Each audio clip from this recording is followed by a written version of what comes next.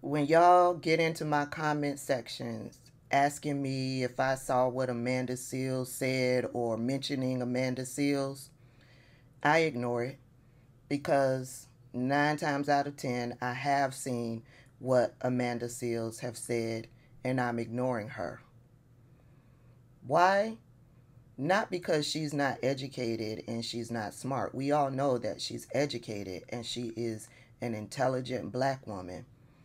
But when Amanda Seales came out a few months ago whining that she hasn't been honored, she's not invited into certain spaces, I completely understand why Amanda Seales has been basically blackballed from the industry. She's not a likable person. And just because she's loud and forceful in what she says, it does not mean that Amanda Seales is always right. So I see a clip is going viral where Amanda Seales is talking about her lack of support for Vice President Kamala Harris. And be clear, I don't care if she supports her or not. She's entitled to do that. She's entitled to her opinion. However, I have to push back on any notion that Vice President Kamala Harris erases or marginalizes systemic racism, especially as vice president, when there is ample evidence to the contrary. So I'm just going to lay out where Amanda makes points about things that need to be addressed and where Vice President Kamala Harris stands on that. We have shooters that are going into places and killing people because of their race.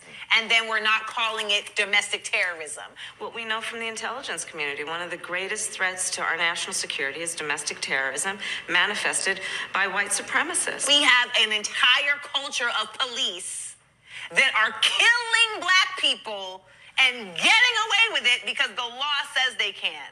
I was, as a senator, as a United States Senator, a co-author of the original George Floyd Justice and Policing Act. And as Vice President of the United States, we demand that Congress pass the George Floyd Justice and Policing Act. Joe Biden will sign it. And we should not delay, and we will not be denied. It is non-negotiable. We have a country that was 1,000% built on the foundation of racism that now legislators are trying to pretend didn't happen and are getting that through and doing it on an education level. Black history is American history. Living history.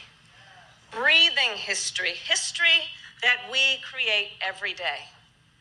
And history that we then must teach and celebrate. A history that helps us to understand how the past has influenced the present and potentially our future. And let us all be clear, we will not as a nation build a better future for America by trying to erase America's past.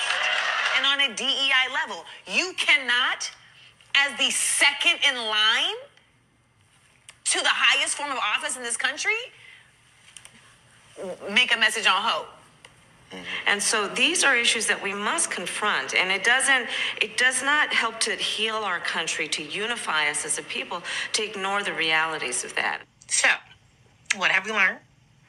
If you care about what the vice president has to say about certain issues, maybe you should start paying attention to her when she speaks instead of taking a headline and running with it. But that's Reese.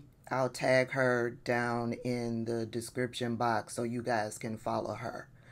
With that said, there are other people out there that are debunking everything that Amanda Seales has had to say about presidential candidate Kamala Harris. And as I stated, Amanda Seales is intelligent and she is smart. So you have to ask, what issue is Amanda Seales dealing with that has her coming out and allowing these blogs to use her to spread lies on another black woman? Just because you're loud and forceful in what you have to say, it doesn't mean what you're saying is factual or truth.